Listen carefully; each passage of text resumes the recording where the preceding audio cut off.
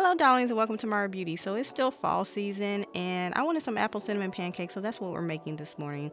So first, you're going to start off by peeling 2 apples, and then you're going to cut your apples. I'm not very good at cutting these apples, you guys, but just make sure you cut them into like little dicey pieces or something like that. Yeah.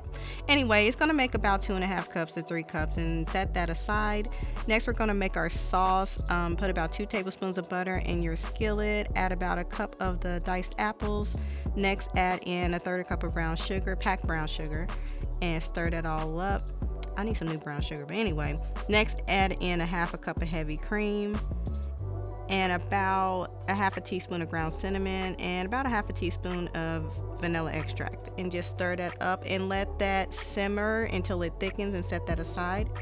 Next, we're going to start on our batter. I have 2 eggs room temperature, a cup of milk room temperature, and we're going to add in 4 tablespoons of butter, melted butter, and add in about a teaspoon of vanilla extract and a third a cup of packed brown sugar, and stir it all up, or whisk it all up till it's well combined. Next, mix up your dry ingredients, which is 2 cups of oat flour, 2 teaspoons of baking powder, and 1 teaspoon of ground cinnamon, and just mix that all up until it is well combined.